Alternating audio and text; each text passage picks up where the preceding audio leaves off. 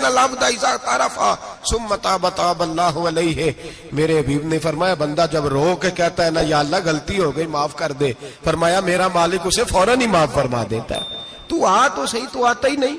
سنیں بڑی پیاری حدیث، بڑی خوبصورت حدیث، کنز المال میں دیگر کتب احادیث میں ہے. حضرت ابو ہریرہ رضی اللہ تعالیٰ عنہ فرماتے ایک بابا جی نبی پاک کی بارگاہ میں آئے، اور جب وہ واپس جانے لگے تو میں نے عمر پوچھی تو عمر تھی 96 سال. کہتے ہیں بزرگ جب آئے نا تو یہ بھویں جو ہے نا ان کی سفید ہو کے تو یوں آنکھوں پہ آ گئی. بڑی چھڑی بابا جی نے پکڑی ہوئی اور دونوں ہاتھ پکڑ کے نا چھڑی کے اوپر جھکے ہوئے ہیں ایک جانب. قربان جاؤں، کہتے ہیں جب وہ بزرگ مسجد میں داخل ہوئے تو میرے رسول نے کھڑے ہو کے استقبال فرمایا، کھڑے ہو. اور نبی کریم صلی اللہ علیہ وسلم نے آگے بڑھ کے بابا جی کو بازو سے پکڑا اور بٹھایا. حضور بیٹھ گئے. کہا بزرگوں کیسے آئے ہو؟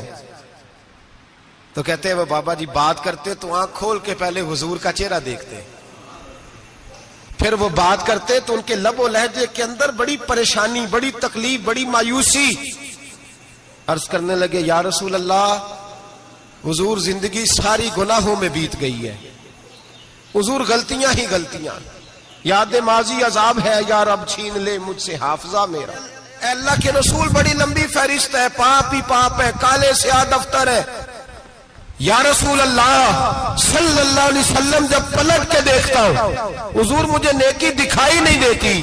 حضور اس عمر میں آپ کا ایک صحابی ملا ہے، اس نے بات سمجھائی ہے تو تھوڑا خیال آیا ہے، لیکن یا رسول اللہ صلی اللہ علیہ وسلم اب میرا وجود بیکار ہو گیا ہے، حضور بوڑھا ہو گیا ہوں. 3 باتیں کہیں بزرگوں نے اور نرالی کہیں. کہنے لگے یا رسول اللہ صلی اللہ علیہ وسلم، حضور اب تو میری کمر بھی سیدھی نہیں ہوتی کہ میں نماز ہی صحیح ادا کر سکوں، بوڑھا ہو گیا ہوں. یا رسول اللہ صلی اللہ علیہ وسلم اب میرے اندر طاقت نہیں کہ میں محنت مزدوری کر کے صدقے اور خیرات دے سکوں. یا رسول اللہ صلی اللہ علیہ وسلم اب میں تلوار لے کے جہاد بھی نہیں کر سکتا. حضور نہ میں لمبی نمازیں پڑھ سکتا ہوں، آقا نہ میں صدقات و خیرات دے سکتا ہوں، محبوبہ نہ میں دین کے لیے کوئی جہاد کر سکتا ہوں. بیکار وجود ہے، بیکار. بیکار وجود کو تو گھر والے برداشت نہیں کرتے، بچے دعا کرتے ہیں یا اللہ ابا جی کو پردہ دے دے، اماں کو پردہ دے دے. بیکار ہو گیا ہوں اور آج آیا ہوں تو مجھ بیکار کو میرا رب قبول کر لے گا؟ آج کلمہ پڑھوں تو بیکار ہوں، کسی کام کا نہیں، نہ نماز نہ صدقات نہ جہاد، قبول کر لے گا؟ حضرت ابو ہریرہ فرماتے ہیں جیسے برسات میں بارش کی جھڑی لگتی ہے، یوں مصطفیٰ کی آنکھوں سے جھڑی لگ گئی. حضور کھل کے روئے، کھل کے. اور میرے حبیب پاک نے فرمایا بزرگوں بڑے مجاہد ہیں، دین کے لیے جہاد کرنے والے بڑے ہیں، رب کریم کو آپ کی تلوار کی اتنی حاجت نہیں. اور فرمایا اس کے خزانے کوئی خالی تو نہیں کہ آپ ہی گویا صدقہ دیں گے تو بھرے جائیں گے. اور فرمایا پھر رب کریم کی شان میں اضافہ نہیں کرتی عبادتیں، وہ تو بندے کو نفع دیتی ہیں. میں بزرگوں نہ آپ جہاد کریں نہ آپ صدقات دیں، لا لمبی نمازیں پڑھیں، آپ صدق دل سے آ جائیں، اللہ کے رسول کا وعدہ ہے رب آپ کو بغیر حساب کتاب جنت عطا فرما دے گا.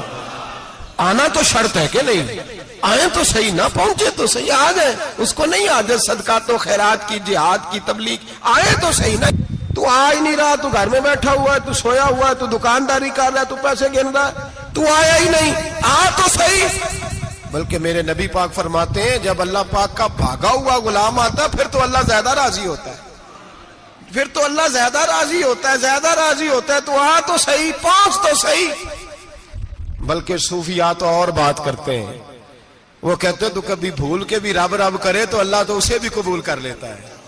بھول کے. ملا رومی کہتے ہیں بنی اسرائیل کا بندہ ہے، صنم پتھر کو کہتے ہیں، بت کو کہتے ہیں، بت کے سامنے کھڑا ہے اور ساری رات کہتا ہے یا صنم یا صنم یا صنم، اے پتھر اے بت، ساری رات پکارتا رہا. رات گہری ہو گئی، نیند کا غلبہ، تھک گیا، سونے کے قریب آیا تو غلطی سے منہ سے نکل گیا یا صمد، یا صنم کی جگہ نکل گیا. رب کریم نے فرمایا جبریل دوڑ کے جا، جو مانگتا ہے اسے دے دے.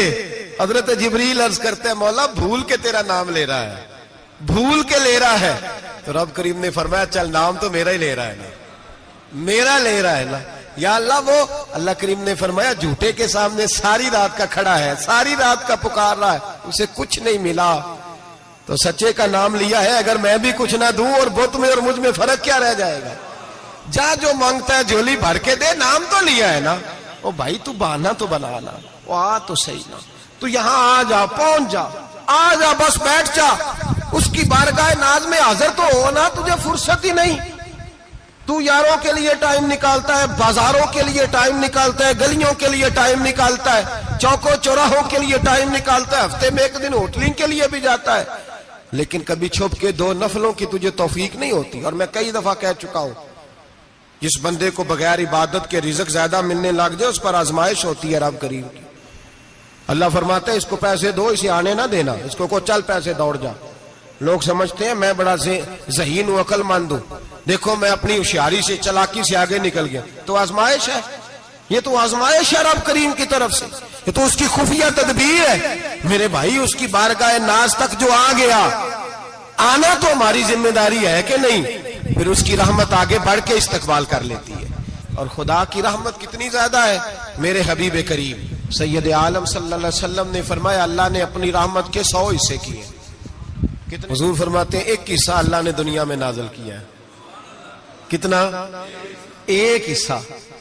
فرمایا یہ جو ماں بیٹے سے پیار کرتی ہے، باپ بیٹے کے لیے مزدوری کرتا ہے، جو بہن بھائی کے لیے روتی ہے، یہ جو بیوی شوہر کے لیے دعا مانگتی ہے، یہ جو بچے ماں باپ سے پیار کرتے ہیں، فرمایا یہ اس ایک رحمت کا نتیجہ ہے، ایک رحمت کا نتیجہ۔ تو صحابہ کہنے لگے یا رسول اللہ وہ 99 کدھر ہیں؟ نبی پاک نے فرمایا رب کریم نے سنبھالی ہوئی ہے، قیامت کے دن تمہیں عطا فرمائے۔